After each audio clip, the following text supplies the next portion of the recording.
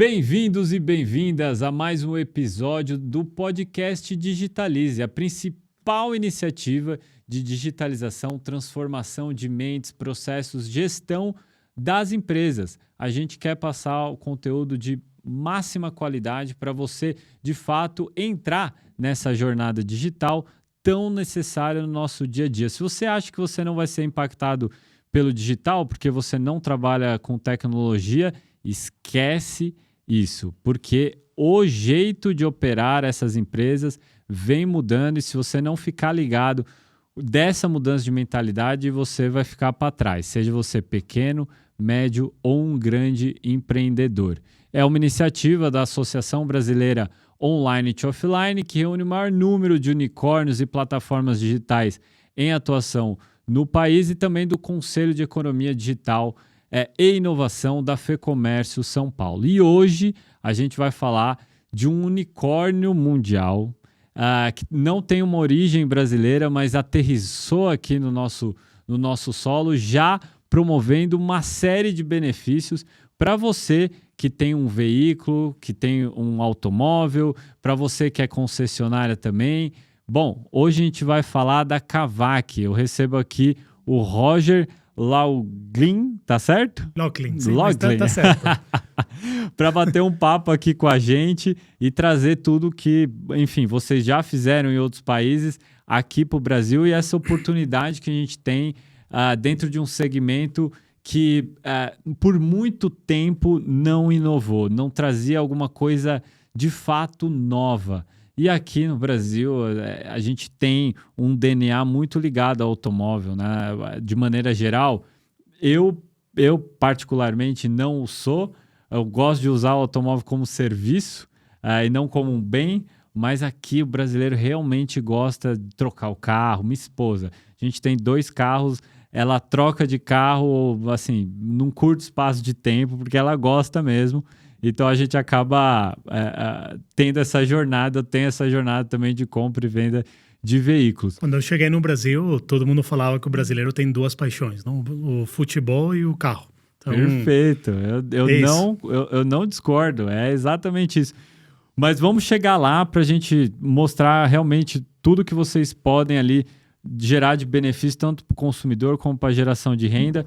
Mas antes, se apresenta aqui para todos nós e conta um pouquinho dessa sua trajetória e da Kavak. O que é a Kavak? Combinado. Bom, primeiro, obrigado pelo convite. Fico contente aí de falar com o público, com a audiência, contar um pouco da história, da minha história, a história da Kavak. Eu acho que, sim, tem muita coisa para contar, mas vou tentar ser o mais objetivo possível para conseguir passar essa mensagem que eu acho relevante. Eu sou, como você pode ver pelo meu sotaque, não sou brasileiro, sou venezuelano.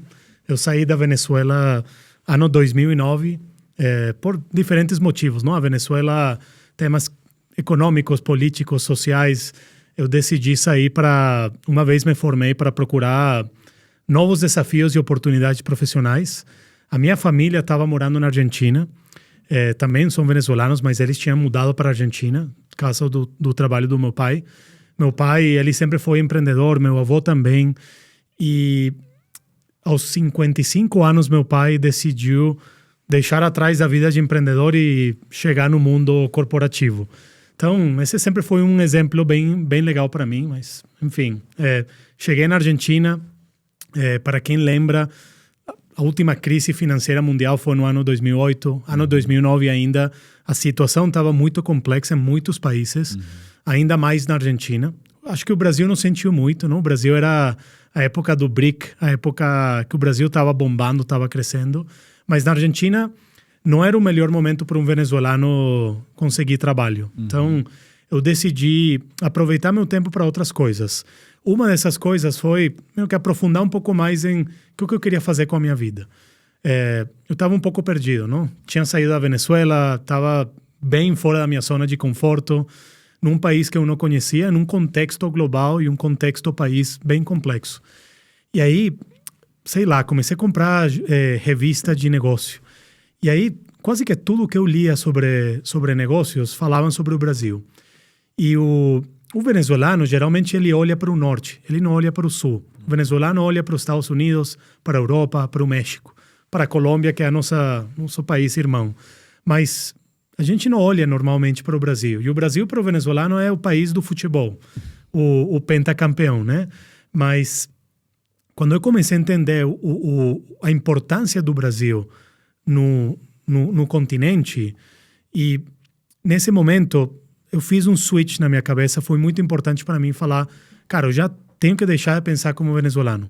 Eu preciso começar a pensar mais como um cidadão da América Latina. E como cidadão da América Latina, então eu não preciso pensar unicamente em Argentina, Venezuela, Brasil.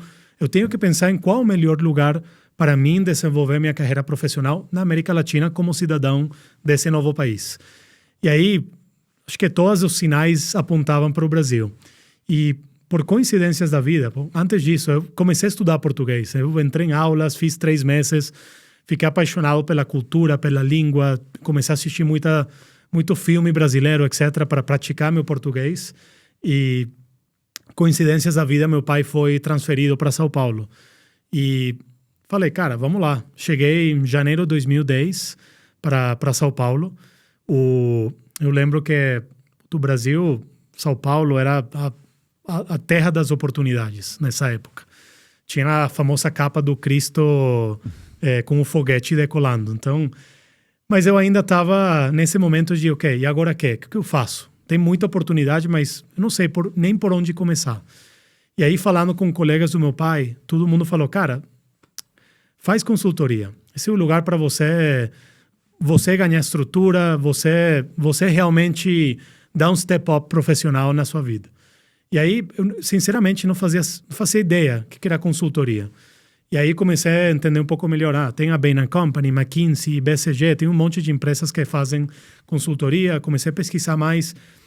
E para mim foi mais um desafio, o processo de aplicar, não? Os casos, etc. Então, eu comecei a estudar, me preparar, apliquei para a Bain & Company, que eu gostei da proposta deles, a cultura deles, etc. E acabei entrando, fiz um ano de consultoria, acho que mudou a minha vida, mudou a forma em que eu olho para os problemas, a forma em que eu soluciono os problemas. Acho que me deu muita confiança também. Eu saí da Venezuela falto de confiança. Eu não fui bom estudante na faculdade. Eu não sou bom aprendendo com livros e na teoria. Eu preciso fazer as coisas para aprender. Então, acho que a consultoria me jogou muito em casos, situações, projetos complexos, com pessoas inteligentes. Eles dão ferramentas para você, mas você tem que se virar. Uhum. E assim, me di muito bem. Consegui crescer muito rápido. Desenvolvi coisas que nem eu sabia que eu tinha. Descobri que eu era uma pessoa muito curiosa e que eu conseguia trazer insights e trazer informação, conclusões de diferentes fontes de informação, não unicamente no modelo de Excel, sino realmente falando com o cliente, pesquisando, sendo bem curioso, não? E descobri que esse era um superpoder que eu tinha, e era um superpoder que eu ia... Depois eu vou falar um pouco mais da minha trajetória, mas que ia ser muito importante na minha vida. Mas eu também descobri que eu não queria ser consultor, que eu não queria ficar fazendo PowerPoint e solucionando problemas de outros e não ficando próximo da execução. E eu também descobri que, cara, o perfil do consultor é mais ou menos igual. Não é? As pessoas são colocadas num molde. Eu tenho muito respeito por consultoria pelo que eles fazem, mas eu não me identificava com a vida do consultor, com a curva de aprendizado de um consultor. E eu falei, cara, quero outra coisa. E nesse momento chegou um contato de uma pessoa da Rocket Internet, nessa época que eles estavam fazendo a expansão da Groupon, aquele site de vendas coletivas. E aí eles falaram, cara, tem aqui uma vaga de liderança, City Manager, para você liderar um time no interior de São Paulo. Aí cheguei no escritório deles, me entrevistei com os irmãos Samwer, que são os 2 alemães que fundaram a Rocket. Foi um papo de 20 minutos. Acho que não foi uma entrevista, foi mais um pitch de vendas que eles fizeram. E aí fiquei apaixonado pela dinâmica, pelo perfil das pessoas, pela velocidade, pelas coisas que eu vi no escritório. E acho que eu tenho tomado várias decisões, como sair da Venezuela, entrar em consultoria, sair de consultoria, que são decisões que eu eu faço muito rápidas, mas são decisões que eu acho que eu processo muito rápido diferentes variáveis e eu acabo tomando a decisão, mas eu acabo seguindo muito meu instinto também. Mas eu acho que esse instinto cada vez mais ele foi se desenvolvendo com outras coisas, com experiências que eu fui ganhando ao longo da minha vida. Mas para mim era muito óbvio que eu tinha que dar esse passo, não? E foi a melhor decisão que eu já tomei.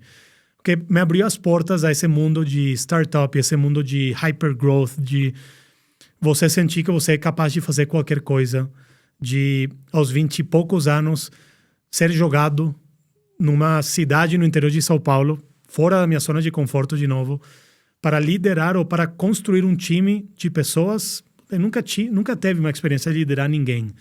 E aí me colocaram nessa posição e me di muito bem.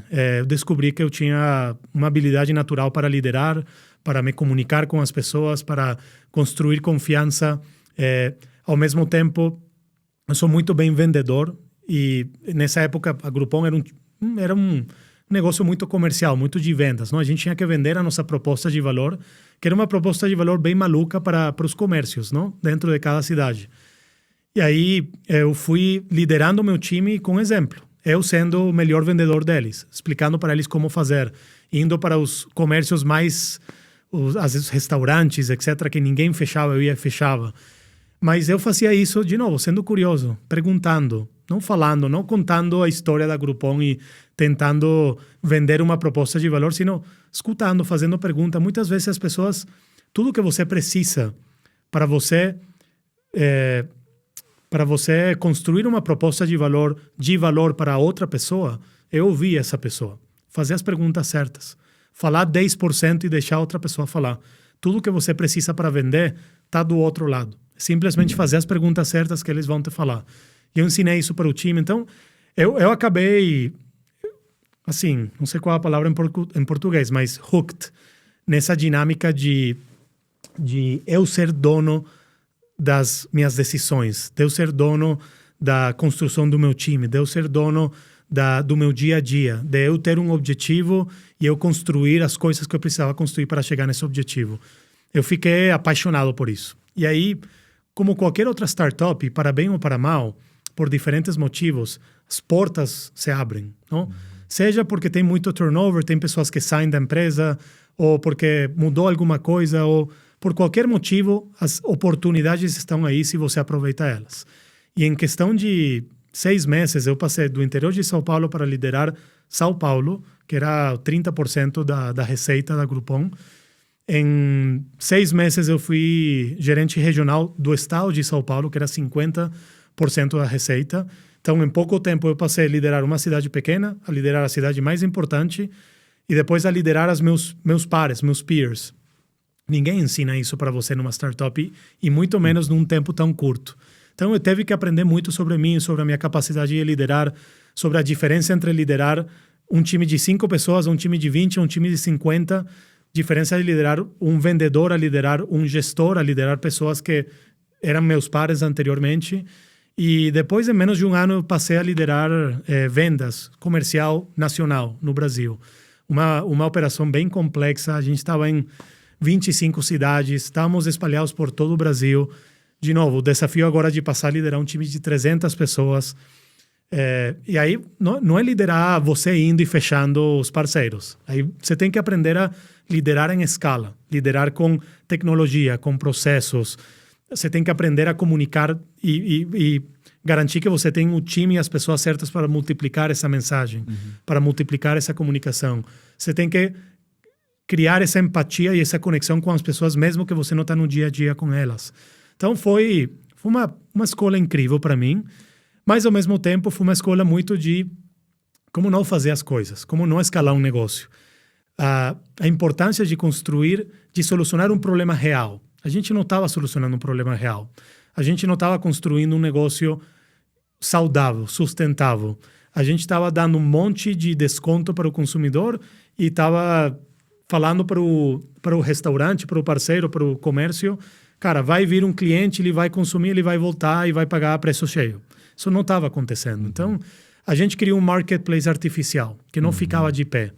Aí a gente teve que mudar o nosso modelo de negócio. passar de ser um modelo de negócio push, push, push, de dar desconto e de ir atrás de cliente, mas todo dia procurar um cliente novo, porque o cliente não voltava, ou o cliente só voltava se a gente dá um desconto mais alto. Então era meio que um círculo vicioso que não funcionava.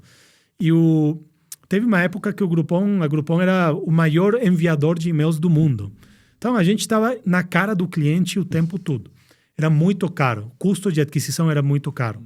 E aí a gente virou um negócio para ser um marketplace e uma plataforma mais pull. Não? Traz o cliente, cria uma proposta de valor, não foca no desconto, foca em ajudar o cliente, consumidor, a descobrir experiências na cidade dele. Então, acho que a virada foi muito legal, só que aconteceu num contexto muito ruim. A gente tinha feito IPO antes disso. Então, a gente fez IPO sendo negócio A e a gente queria ser negócio B agora. Você pivotar, virar teu negócio sendo um negócio público na bolsa Nasdaq nos Estados Unidos, não funciona. Não dá para fazer isso. E aí, uma coisa foi levando a outra, a gente teve que mudar muita coisa muito rápido. Teve muito turnover aí. Eu teve 4 CEOs em 3 anos. Não dá para manter uma cultura legal, para ter consistência nas decisões, para ter uma estratégia clara, etc. Então, foi uma baita escola para mim, mas ao mesmo tempo eu deixei de acreditar no modelo e nos líderes e na visão estratégica do negócio. Falei, cara, e agora o quê? O que eu faço agora depois desses 4 ou 5 anos que foram muito intensos? Falei, sei lá, vou fazer um MBA, porque para mim tinha ficado claro uma coisa, eu queria empreender, eu queria ser dono do meu negócio, eu queria ser dono do meu destino, mas eu ainda não me sentia preparado para fazer isso. Falei, cara, será que eu faço um MBA? Fico 1 ano, 2 anos mais tranquilos, processo um pouco tudo que eu aprendi e transformo isso num negócio. Beleza, eu fiz meu GMAT, eu comecei a aplicar para MBAs, etc. Só que nesse momento a Rocket bateu a porta novamente e falou, cara, tem um negócio lá no México, tem um negócio tipo Amazon que a gente está querendo lançar para a América Latina. Você topa? Cara, topo. E aí eu mudei com a minha esposa, de novo, uma decisão que foi de uma semana para outra. Eu mudei do Brasil, cheguei no México, nem conhecia o México, e comecei a trabalhar na Linio, que nesse momento era um negócio de compra e venda de mercancia online, era um retailer online, e eles queriam transformar esse negócio num negócio de marketplace. E aí foi aí que eu conheci meu sócio, Carlos, e a gente começou a trabalhar junto, criamos uma química de trabalho muito legal, ficamos amigos. Se a Groupon foi uma baita escola, a Linio foi um super MBA que eu fiz. Também aprender como fazer, como não fazer.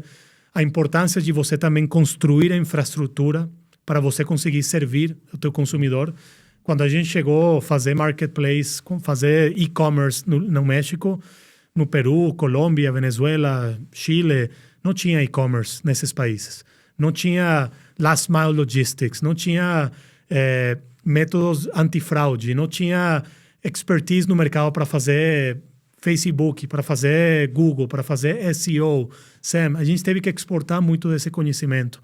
A gente teve que aprender a como fazer isso, como construir uma marca, como gerar confiança para o consumidor que está acostumado a comprar no brick and mortar, não? Na loja física.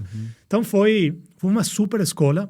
A gente teve que queimar muito capital para conseguir desenvolver essa infraestrutura. Um dos aprendizados mais importantes é, se você vai ser o primeiro, você tem que aproveitar que você é o primeiro, você tem que construir as barreiras de entrada. Senão, você simplesmente está abrindo caminho para teus concorrentes ou para outros players entrar no mercado.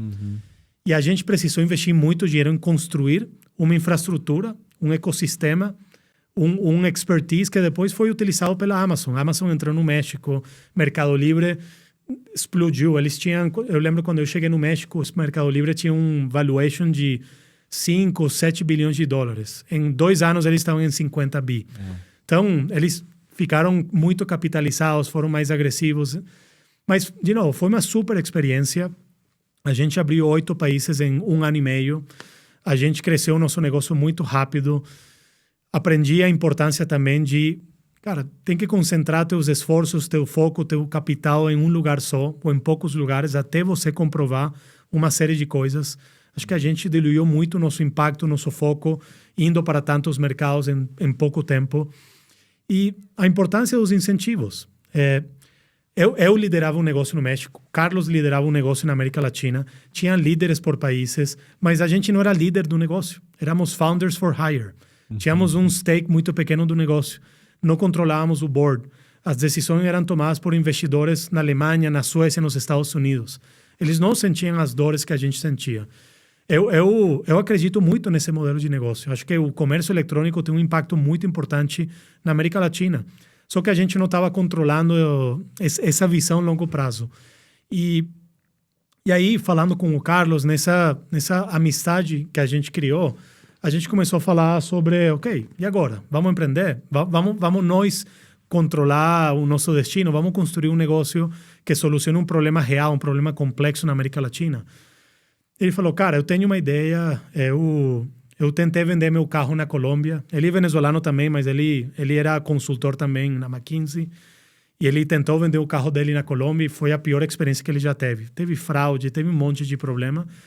E a cabeça dele quando ele passa por um problema desse tipo, ele escreve uma solução.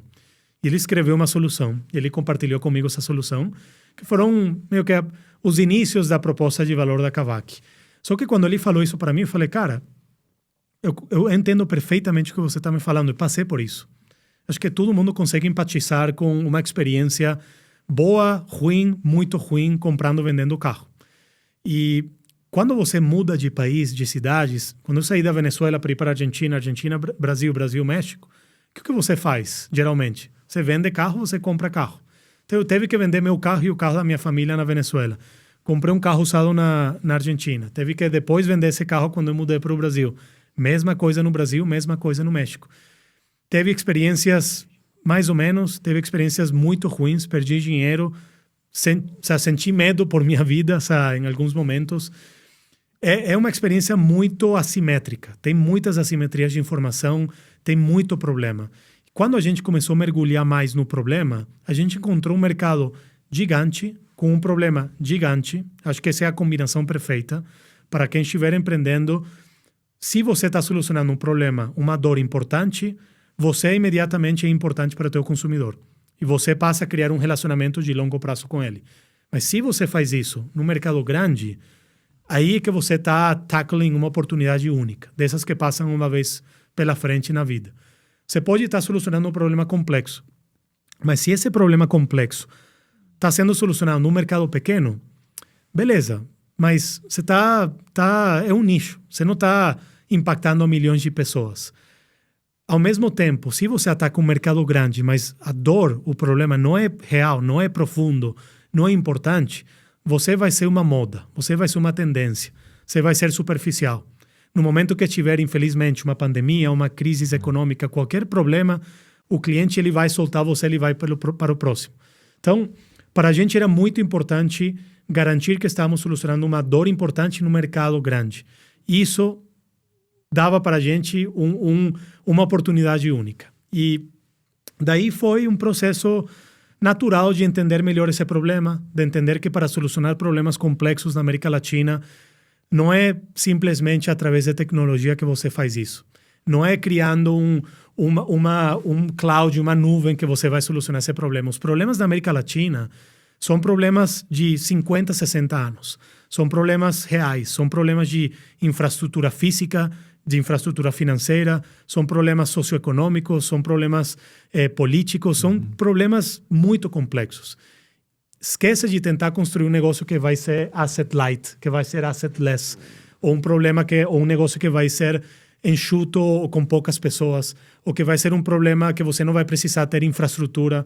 Não é isso. Na América Latina, quanto mais complexo o problema, mais complexo vai ser a solução. E mais complexo vai ser teu negócio. O nosso negócio é um negócio extremamente complexo, porque tem muitos negócios dentro do mesmo negócio. Porque a gente precisou construir muita coisa para conseguir solucionar esse problema para o nosso consumidor. A Kavak é muito mais do que uma plataforma de compra e venda de carros. Compra e venda de carros é a primeira parte para a gente conseguir ganhar a confiança do consumidor. Mas a gente está construindo um negócio de experiência, a gente está construindo uma plataforma, um ecossistema para acompanhar o nosso consumidor nos próximos 50 anos. no relacionamento que ele tem com o carro. Seja através de propriedade ou, como você falou, como um serviço. Isso tanto faz. A gente começou pela propriedade, porque a propriedade é 95% do mercado. Mas o nosso foco é construir soluções para esse consumidor.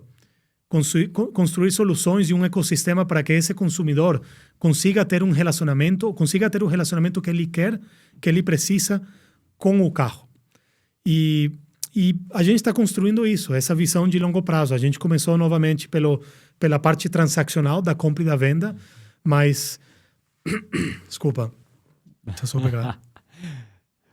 Vai que eu tô gostando. Uma conclusão, duas conclusões que eu já tiro aqui te ouvindo é: quem quer aprender a contar uma história humanizada, vender de fato o teu business, o teu negócio, tem que te escutar, porque você tem uma cadência muito boa e também você traz muitos elementos pessoais que acaba aproximando a gente de toda a história. E segundo, que você tem uma trajetória que pouca gente tem, porque o segmento, esse ecossistema digital, que eu não gosto nem de chamar de economia digital, porque de fato toda empresa vai ser no todo ou em parte digital, mesmo aquela que não usa tecnologia, mas a concepção, a cabeça, o jeito de operar é digital, assim como foi para serviços logo depois da segunda revolução industrial, na criação e concepção das empresas, como se fosse uma esteira rolante de uma máquina, onde você tem vários departamentos. Até a padaria, nos próximos anos, vai ter uma concepção, por exemplo, de um termo que você citou, que é de experiência. Sim. Então, isso é derivado dessa pivotagem que a gente está vivendo agora do ponto de vista de revolução, terceira revolução industrial, o que quiserem chamar disso que está acontecendo, né? E a revolução industrial demorou 50, 60, 80 anos. Perdurou, é óbvio, porque era um jeito, era uma concepção, né, de estrutura administrativa, estrutura econômica, estrutura até das relações sociais. Sim. E você é uma raridade, porque você pegou no Brasil uma época onde nem não existia uma indústria parruda, por exemplo, de VC, que é Venture Capital. Para todo mundo entender, são fundos que investem dinheiro em empresas totalmente iniciantes, ou seja, com risco muito alto, obviamente com retorno muito alto também. Então, para você operar naquele contexto de Groupon, de peixe urbano, que foi a semente do marketplace, né? São esses shoppings virtuais. Da mesma forma que tem um shopping físico que reúne lojas, a gente tem shoppings virtuais, que a gente dá o nome de marketplace, que reúne uma infinidade de sellers. E aí, como é virtual, o céu é o limite, né? No shopping físico eu tenho uma limitação de espaço, né? No virtual, o limite é do cloud, onde você vai botar o dado em nuvem. Foi a semente, né? Ali foi a semente, e sem tanto recurso, por mais que fosse investido pela Rocket, que investe em muitas outras empresas, ClickBus, a Westwing, tantas outras empresas, eles foram pioneiros no Brasil em investir nesse tipo de modelo de negócio. Não existia muita coisa aqui, e a gente está falando de não tanto tempo atrás, uns 10 anos atrás. Eles foram pioneiros, tiveram que se virar com muita coisa, testar muita coisa, que hoje, para muita empresa, é regra, mas que, vocês estavam testando isso aqui no Brasil, vendo como fazer há muito tempo. Sim. Quantas pessoas saíram do peixe urbano, do Groupon, montando outras empresas agora que estão ajudando muitas pessoas? Tem muitas. E da Linio também, da empresa que eu trabalhei no México, até teve um artigo pela Endeavor chamado Linio Mafia, similar a PayPal Mafia, não? Tem muitas pessoas que saíram com a gente da Linio que acabaram sendo empreendedores em diferentes partes do mundo, não só no México, mas em grande parte em América Latina. Mesma coisa com Groupon, mesma coisa com Rocket. Tem muita coisa.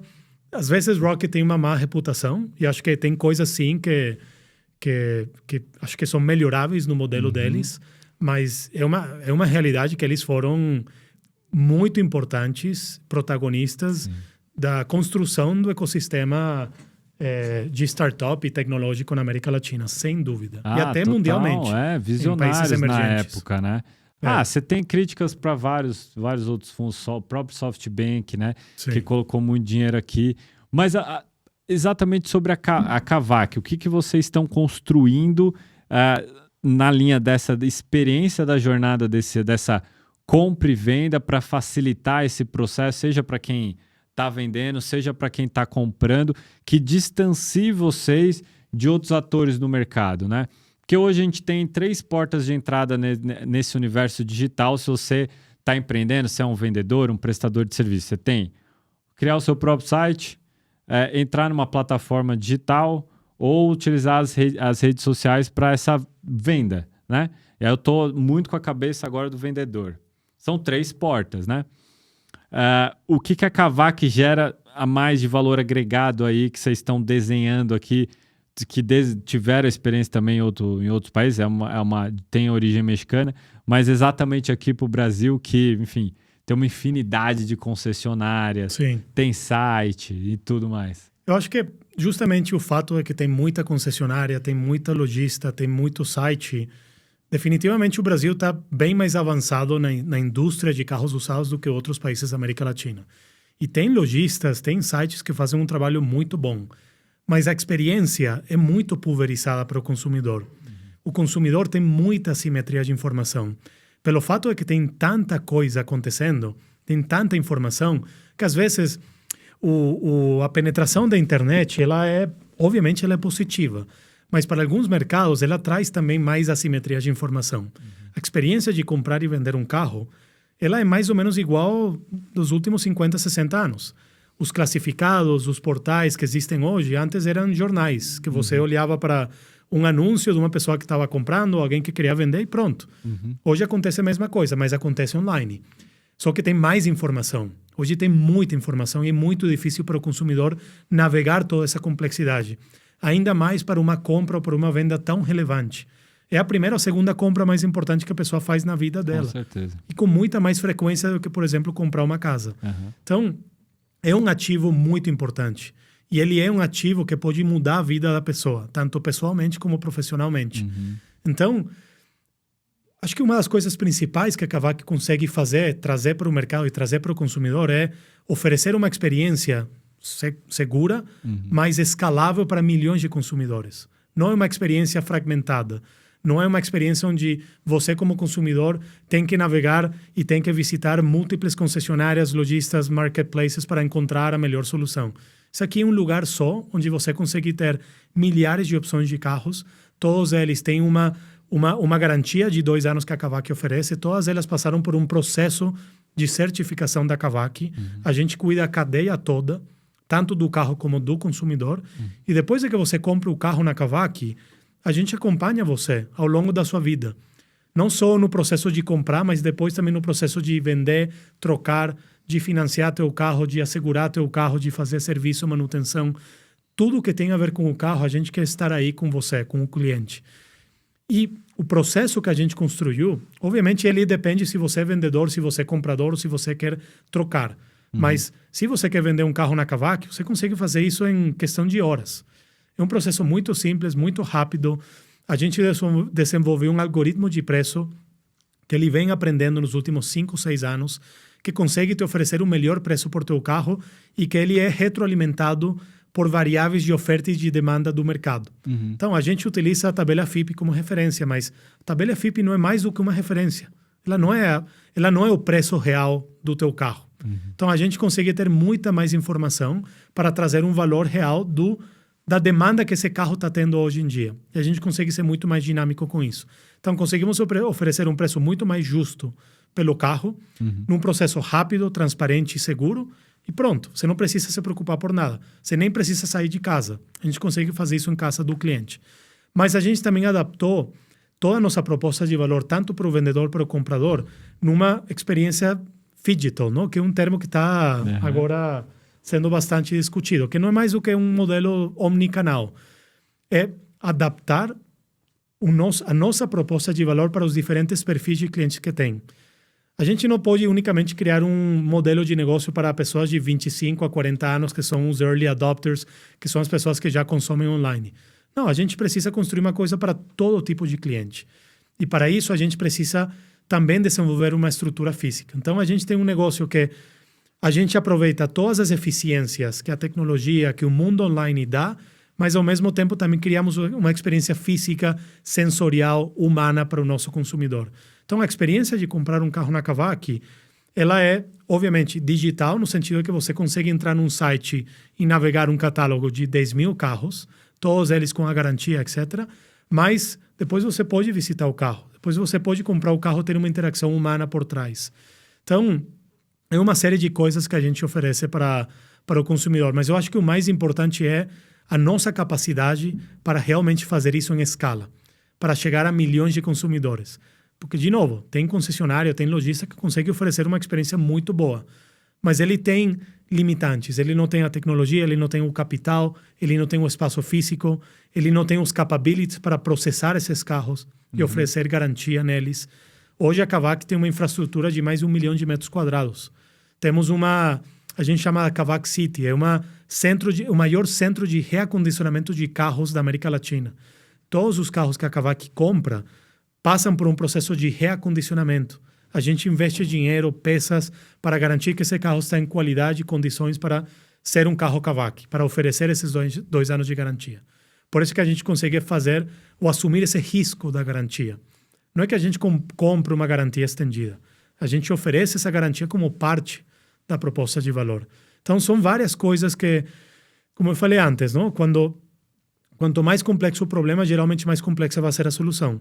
Mas se você consegue solucionar esse problema, se você não tem medo de construir essa solução, por mais complexa que ela seja, por mais intensiva em capital, infraestrutura, pessoas, tecnologia que ela seja, você vai fazer 2 coisas que qualquer negócio vai precisar nos próximos 500 anos e que já precisou nos últimos 500.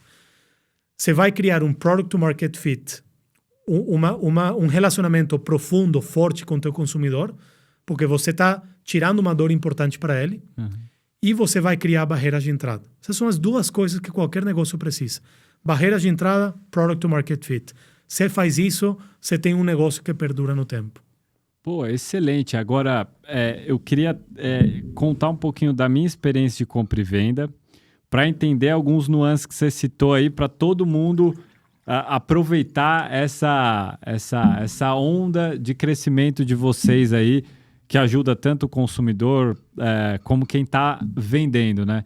E eu vou contar, antes disso, a minha experiência com Bitcoin. Eu vi o Bitcoin na minha cara 5 anos atrás, 6 anos atrás, e mesmo assim, mesmo eu sendo um cara de tecnologia, um cara que já vivencia isso, sabe um pouco mais do que está por trás, por exemplo, da infra do Bitcoin, eu relutei. Eu falei assim, eu tô desconfiado, vou esperar mais um pouquinho.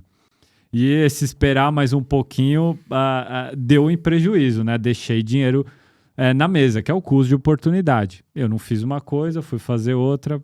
Nesse caso, deixei dinheiro na mesa. E eu acho que ninguém aqui quer perder esse tempo e também deixar esse dinheiro na mesa. A minha experiência com compra de carro e venda de carro tem uma série de problemas. Então, tem a questão de, eu achei um carro num site.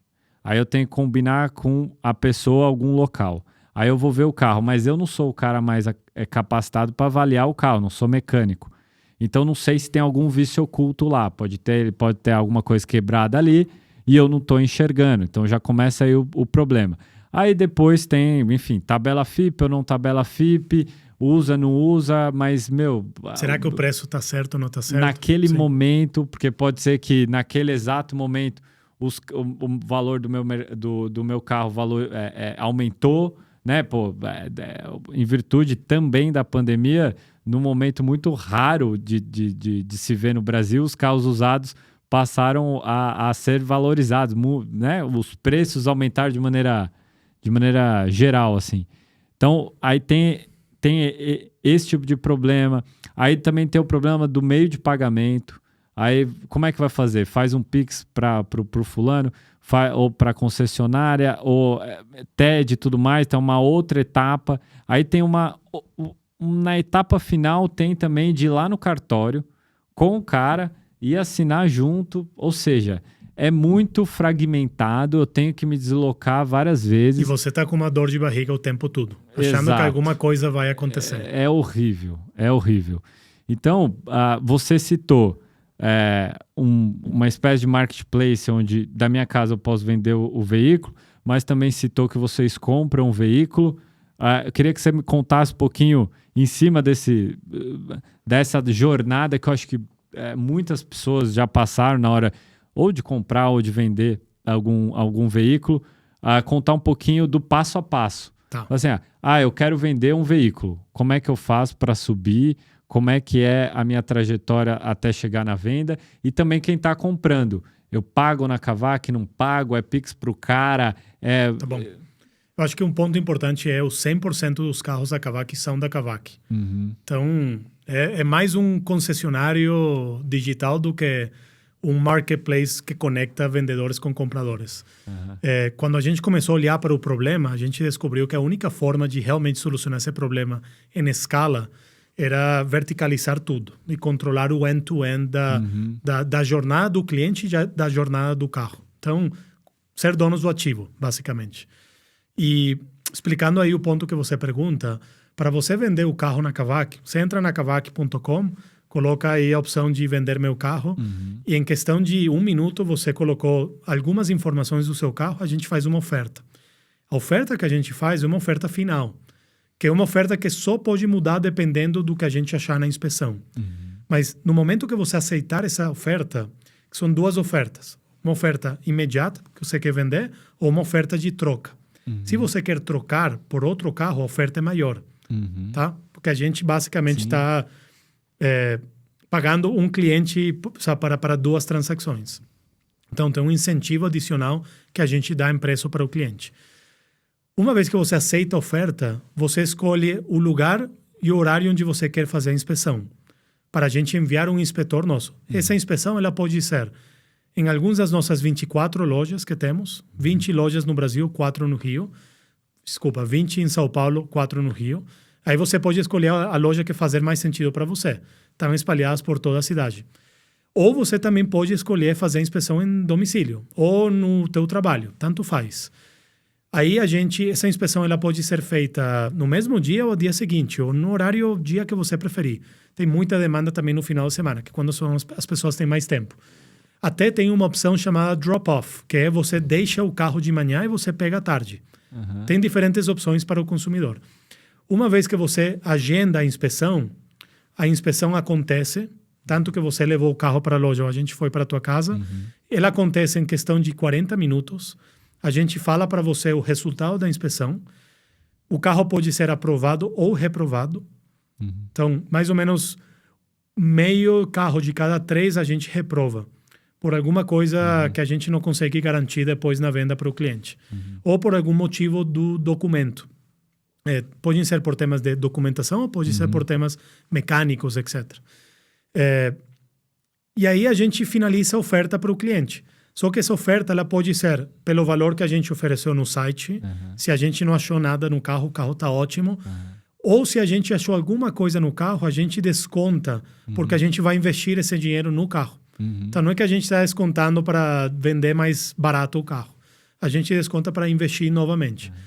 E nesse momento, a gente faz o pagamento. E a gente tem todo o processo do cartório, fica conosco. O cliente não tem que perder tempo fazendo isso. E é isso, em questão de... Se você agendou a inspeção no mesmo dia ou dia seguinte, você não tem que fazer nada. A gente comprou o teu carro, a gente fez todo o processo, a Kavak paga diretamente na tua conta, acabou. Você não tem que se preocupar por isso. Para o comprador, a experiência é... Você entra no site, você tem um catálogo de 10.000 carros, tem filtros, tem o search para você procurar por marca, modelo, versão, ano, tem o sort para você ordenar se você quer carro mais caro ou carro mais barato. Você pode filtrar por marca, você pode filtrar por ano, você pode filtrar por rangos de quilometragem, você pode filtrar por localização. Então, se para você é importante, cara, eu só quero olhar para carros na zona leste de São Paulo. Ou você pode completar o processo 100% online, se você quiser. Daí você escolhe o carro que você quer. Uma vez que você escolhe o carro, tem uma série de informações para você decidir. Tem fotos sobre os detalhes que a gente achou, tem informações específicas, detalhes técnicos do carro. Tem um monte de fotos que a gente coloca para você conseguir ter o mais próximo possível de uma experiência onde você está olhando para o carro quase que fisicamente. Daí você tem duas alternativas.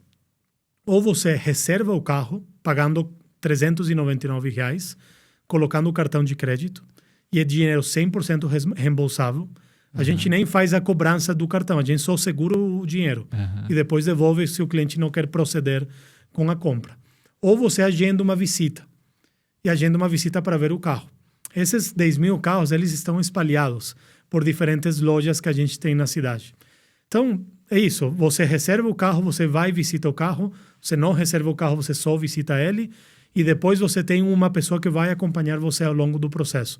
É uma pessoa digital, é uma experiência que acontece pelo WhatsApp, que a gente vai acompanhando você nesse processo e você compra um carro com a Kavak, na Kavak. Você paga para a Kavak. E depois a gente faz a entrega do carro e tem um período de 7 dias onde você consegue utilizar o carro é seu, mas você pode devolver ele. Se o carro não cumpriu suas expectativas, se por algum motivo você não gostou, tua esposa não gostou, a família não gostou, sei lá, não vai tão rápido como você imaginava, você pode devolver. E a gente devolve o 100% do dinheiro. Ou você utiliza esse mesmo crédito que você tem na Kavak para trocar por outro. Não, me parece muito simples para o consumidor, para o vendedor. Eu imagino que seja muito complexo para vocês, porque vocês estão com uma presença física muito grande. Tem que comportar todos esses carros. Aí o céu é o limite para vocês. Porque, enfim, qual o tamanho do galpão que você falou que... É um galpão hoje que tem... Em total, temos 1 milhão de metros quadrados entre todas as lojas muita e coisa. o galpão que temos, mas o galpão é mais de 100 mil metros quadrados. Pois é. Aonde fica? Fica em Barueri. Em Barueri? É. Legal, aqui pertinho. É perto de São Paulo. E o envio também desse veículo, se o cara comprou 100% no digital... A gente pode entregar a domicílio do cliente. Ou a gente pode combinar para ele pegar numa das nossas lojas. Mas, de novo, a gente se adapta ao que o cliente preferir. Se ele quer uma experiência 100% online, sem sair de casa, dá para fazer. Se ele quer uma experiência híbrida, onde eu começo a minha jornada online, mas eu quero finalizar ela offline, também dá para fazer. Também tem um cliente que vai direto na loja e pode começar a jornada dele fisicamente, mas depois ela vira digital. Então, é essa versatilidade, essa flexibilidade para a gente pegar toda essa complexidade que existe e tentar simplificar, transformar essa complexidade em simplicidade para o consumidor. Mas são passos que a gente está dando para conseguir fazer isso em escala. Claramente, porque eu vou dar um relato de algumas empresas que eu trabalhei. O propósito é sempre muito maior do que está sendo feito naquele exato momento, né? Você disse logo no início que o propósito da Kavak é justamente acompanhar toda a jornada, o ciclo de vida, pelo menos daquele veículo com aquela pessoa, que vai incluir muito mais coisa, né? Vai incluir manutenção, vai incluir multas, pedágio, seguro, tudo, né? E isso sempre baseado em dados. Se você tiver o dado ali de todo esse processo, você vai criando as verticais, né? Sim. Assim como as próprias concessionárias mesmo, no modelo muito tradicional, foram criando algum braço financeiro, né, ali e tal, para oferecer talvez um crédito para o cara comprar o veículo. Enfim, tem várias possibilidades dentro desse universo. E que é muito bom. Eu mesmo moro perto de uma avenida, eu moro em São Caetano hoje, tem uma avenida que é a Melo, que é cheia de concessionária de veículo. E as concessionárias de veículo, uma do lado da outra, competindo lá, mas basicamente com o mesmo atendimento, a mesma forma de prestação de serviço. Você vai comprar em um lugar ou no outro com base no carro mesmo ali. Esse carro tem uma coisinha a mais que o outro não tem. Então, o atendimento nunca foi o importante ali para a concessionária, né?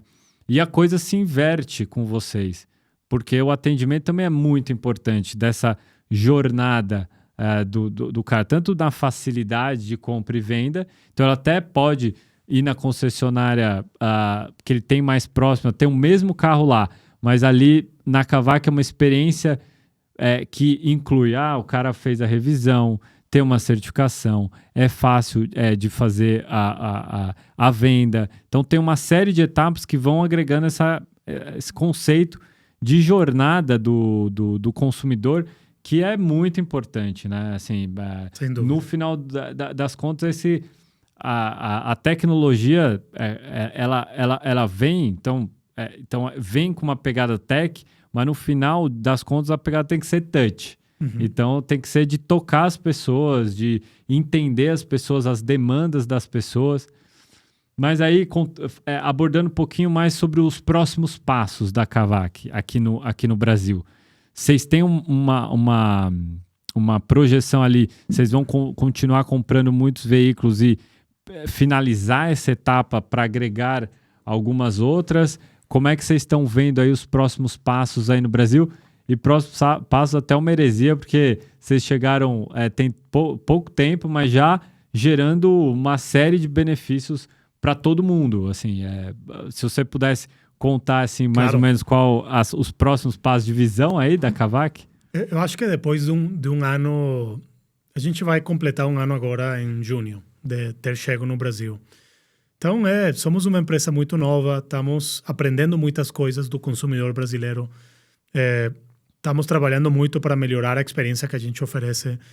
Esse ano, para a gente, depois de ter construído o catálogo, o inventário, esse músculo de comprar carros, de poder construir o melhor inventário possível para o nosso consumidor, de ter investido, construído, desenvolvido a infraestrutura, de ter contratado mais de 2.500 pessoas, construído o time, ter adaptado a nossa proposta de valor, todo esse nosso conhecimento que trazíamos de outros mercados para o Brasil, agora chegou o momento da gente se consolidar. Chegou o momento de a gente realmente consolidar a nossa marca, posicionar a nossa marca, fazer com que mais brasileiros conheçam a gente, mas conheçam a gente por várias coisas, não unicamente pela publicidade que a gente faz, sino criar um efeito multiplicador boca a boca em função da experiência que a gente oferece.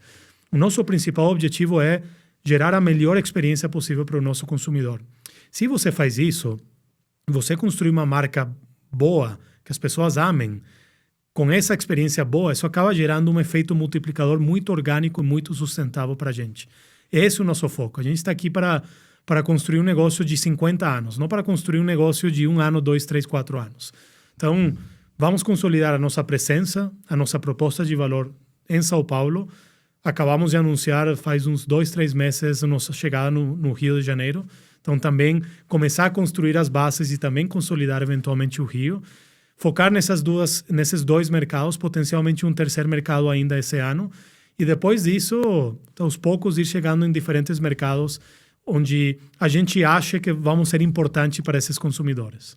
Isso é ótimo. Assim, a gente está vendo que esses novos modelos de negócios digitais estão reorganizando alguns setores da economia. Você vê bares e restaurantes, né? Todos eles se reorganizando também na questão de entregas, né? Porque, 5 anos atrás você não pedia salada em casa, era só pizza e esfirra. Agora o cara da salada pode vender também. Aí tem as taxas, aí tem os outros serviços que vêm para resolver algumas outras dores também desses restaurantes. Então, assim, reorganização. Também no comércio eletrônico, embora no comércio eletrônico de maneira geral, né, a gente tem pouca penetração ainda do varejo. Embora você ache de tudo para vender na internet, só 11% de todo o varejo vende no digital, então é uma oportunidade gigantesca de crescimento ainda no Brasil, mas é uma reorganização também, porque, antes o seu ponto físico, onde você tinha sua lojinha, determinava bastante se você teria ou não sucesso. Sua loja está na Paulista ou está numa região distante do centro de São Paulo.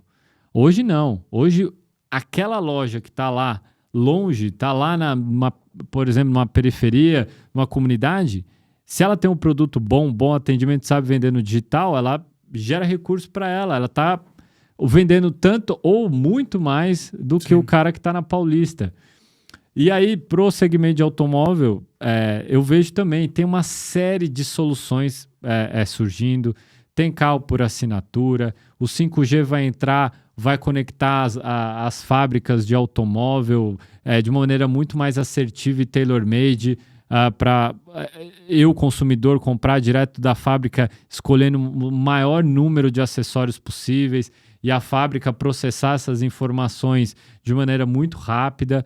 Você tem uma série de outras coisas surgindo aí, o carro elétrico, tantos, que é um segmento que, assim como na segunda revolução industrial talvez foi o precursor do modelo, né? O Ford está aí, o Henry Ford, que construiu toda a concepção do Fordismo, né? De administração dos negócios, que impactou não a indústria só automobilística, mas de serviço, todas as outras. O segmento de automóvel, sem sombra de dúvidas, é um segmento que tem muito para melhorar aí e liderar também novas soluções aí. E, Roger, a gente tem pouco tempo aqui, eu queria agradecer demais a tua participação, sem sombra de dúvidas, de todos os CEOs que eu já conversei, C-Levels. Você foi um cara que trouxe uma história muito bacana aí, de uma trajetória que você construiu, rara, porque é difícil achar um profissional que tem tanta experiência nesse segmento, mesmo que essa experiência seja de 10, de 12 anos, que pode parecer poucos para alguns, mas no universo digital isso aí você pode multiplicar por 4. Anos de cachorro. Anos de cachorro. É muita bagagem, experiência de testar e errar, isso muita é cicatriz. Fundamental. Exato. E assim, as portas sempre vão estar abertas, então pode contar conosco aí em todo esse processo aí de crescimento de vocês, tá? Não, muito obrigado. Foi ótimo e obrigado pelo espaço e pela oportunidade. E você não perca os próximos episódios aqui do podcast Digitalize.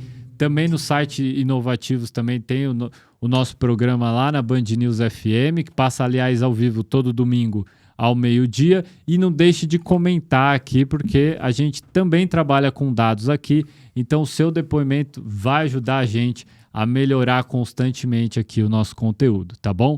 Então, até um próximo episódio. Valeu!